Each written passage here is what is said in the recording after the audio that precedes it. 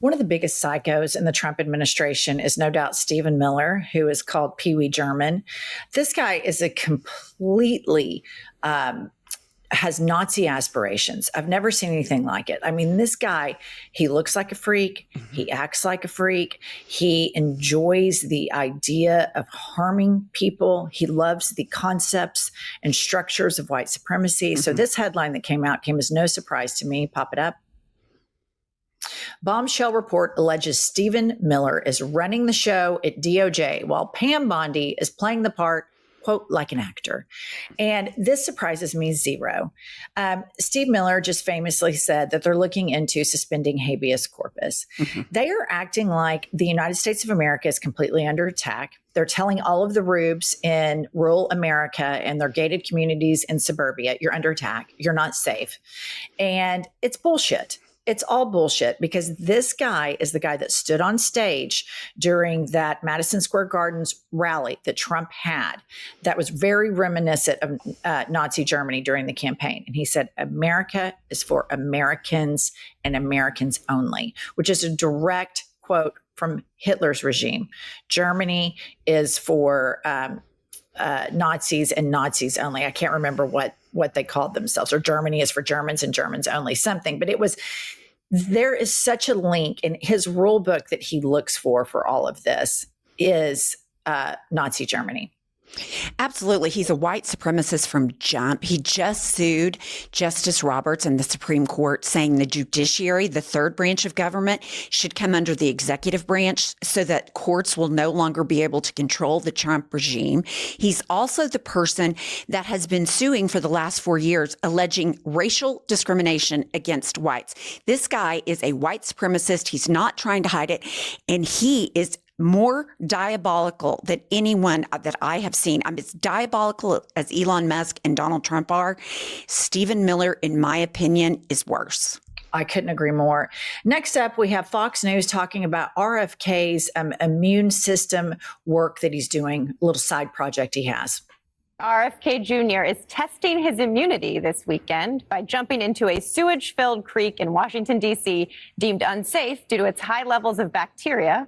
But RFK, who's allegedly already survived a brain worm, clearly isn't worried. Katie, I think he also took his grandkids in with him. Okay.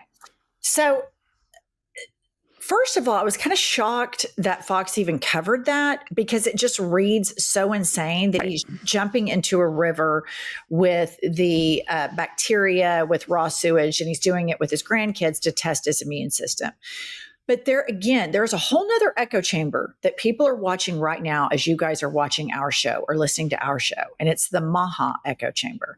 And they're all about immune systems. Like, we don't need to take medications. We don't need vaccines because the American immune system is so strong. Mind you, they disregard historically that life expectancy jumped massively based on two components: filtered water and modern medications. You went from, lifespan being 35, 40, up to now it's in the 80s in first world countries and on the decline in the United States. But this whole movement is all about, like, we don't need big pharma. We don't need any of this stuff, which is really weird because Trump's all about massive money.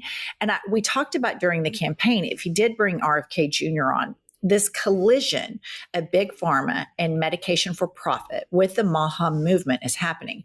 And don't worry, we'll all just sit back here with popcorn.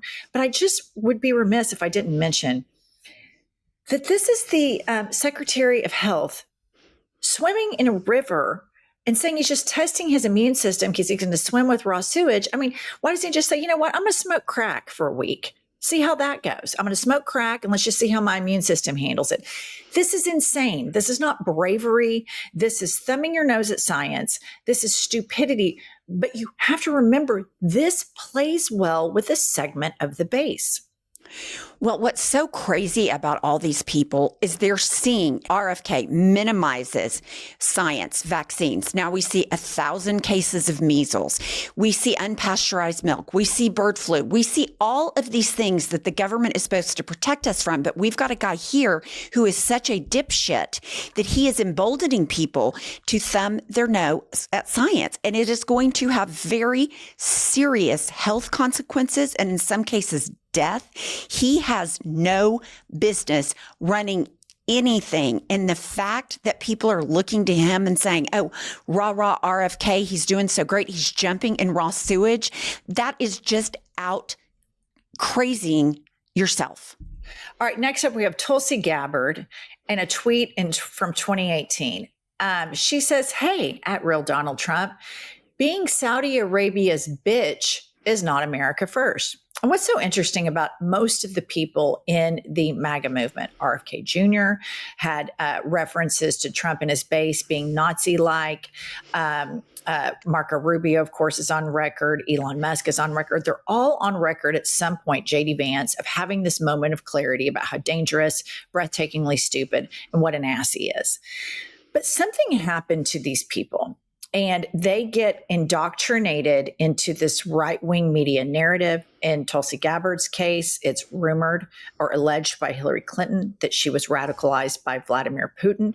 But it's interesting in the autopsy on all of these people and the complete 180 that they did. And the through line through all of this is I see that these people genuinely don't have conviction. There's no conviction. In 2018, she sees that very clearly. Saudi Arabia is not our friend. They don't agree with us with our values. They funded 9/11. They're offing journalists, et cetera. And she sees that crystal clear.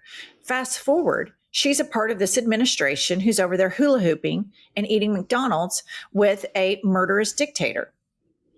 What I want to know is I would love to ask her, what changed your mind? What has Saudi Arabia and Trump done that now shows you that Saudi Arabia is going to uplift America, uplift democracy, uplift the American way of life?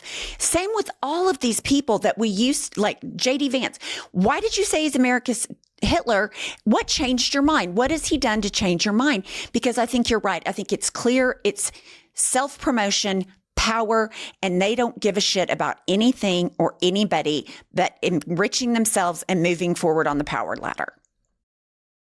Okay, guys, I have 3 kids in 3 cities, and when they get sick, it is such a hassle. And that was until I found ZocDoc. ZocDoc is an app that you can get on. You can put your insurance in, you can put your location in.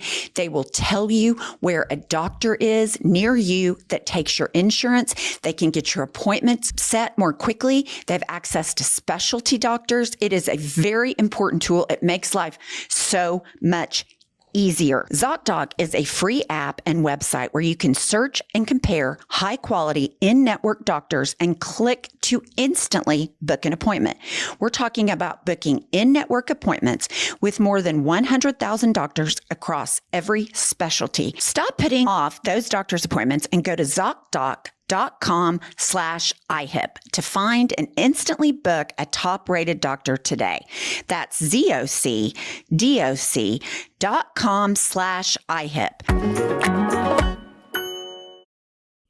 Next up, we have the Rolling Stone headline. This is pretty fascinating to me. Republicans silent as Trump refuses to commit to upholding Constitution.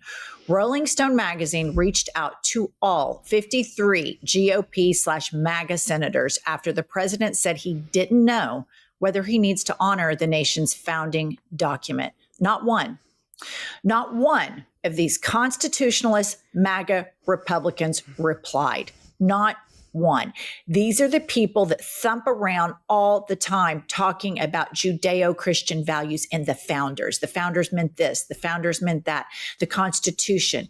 They accused Barack Obama of being arrogant and wanting to be a king when he was in office. Fox and all of those senators did. They said he just wishes he was a king. Enter this movement, enter Trump. And all of this corruption, they are unable to apply the standard applied to Democrats to anybody else because the whole system, the whole belief system, the whole structure is hollow. There is a whole movement of millions of Americans, and it's just trickle down incompetence, trickle down dumb fuckery, trickle down, we have to own the libs. That's it. They don't stand up and fight for anyone or anything other than him. And shame on all 53 MAGA senators that go around and talk about the Constitution and how much they love America. If any other politician that was an independent or a Democrat ever said such a thing, they would be held to a standard, and that standard would be justified. And I would join them, even the MAGA fuckers that I can't stand. I would join them in that critique. They are unable to apply the same logic that and the standard that they hold Democrats up to. They are unable to do that with Donald Trump. And I even think if J.D. Vance were in office, I don't think that they would give him the pass that they give Trump. Trump is the one person that I've ever seen in my entire life who has gotten away with more shit than anyone. It's unbelievable, because when you think about it, if not for Citizens United, Trump would be in jail right now. Right. And now he is taking a chainsaw via his friend Elon Musk to the federal government and ruining our country. And none of them give a shit. They genuinely don't give a shit as long as the libs are owned. Well, and they also want to keep their seats. They don't want Elon Musk to back their primary opponent. So here's the deal. It's all about self-preservation. But it is, I cannot believe my ears when they say, Trump says, well, I don't know if I'm going to uphold the Constitution, and nobody speaks out against it. It should be immediate impeachment. And I will say, I know you give me a hard time about being naive, but Justice John Roberts was at Georgetown and said the rule of law is in danger. So I am hopeful that the Supreme Court, it's highly unusual for him to go out and say something like that. They created this monster. I hope they know they created this monster, and all of these people that are backing him, Elon Musk, Pam Bondi, Stephen Miller, they don't have presidential immunity. And I am hopeful that America will wake up to fascism and put people in office that do uphold the rule of law and believe in the Constitution, because this is fascism on steroids, and it's happened so fast.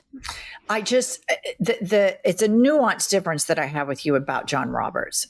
John Roberts is one of the founding architects of this moment, and the decisions that the court, of him being the chief of, and you look from Citizens United and you go on down the line, he created this monster. He enabled this monster. He gave him immunity. And the reason that he said that at Georgetown was not because he believes in the rule of law, because clearly he doesn't. He gave a criminal immunity. He wants corporations to buy elections. This is not a person who believes in democracy. He doesn't want to give up his power for him. It's not because he believes in all the things behind that. It's not because he believes in free and fair elections and transparency and all of these things. No. He doesn't. And that's my difference. It's a more nuanced, deeper thing. So yeah, he trots out and says that. But to me, I'm like, you take no ownership, zero, in creating this moment. Your court, and a lot of legal scholars have talked about the Roberts Court and the degradation of our democracy under his court, and how he has been a co-conspirator with Trump in bringing us to this fascist moment. So in the end, is he going to check Trump on his power? Yeah. My thing is he doing that because he believes in decency and the rule of law and integrity? Fuck no, he doesn't. He wants to make sure he still has his own power. And that's the difference. That's the difference between the MAGA cult and the left. That's the fundamental difference. So John Roberts wants to cherry pick when he has clarity. But just last year, when they gave him immunity, that was the blurriest, biggest piece of fuckery of a ruling that I've ever seen in my life. And Citizens United will be the marker where all of this shit happened, where we enabled the dipshits. And we finally said, yes, we value money more than we do anything else. And all of that was under John Roberts' court. And he has been in power much longer than Trump has been and will be in power much longer than Trump. So his Georgetown speech, while it gives us a glimmer of hope of stopping Trump, he'll still be there. And he's shown us exactly who he is and the exact type of court that he wants to run. Okay, that's all we have for today, and we will see you all later.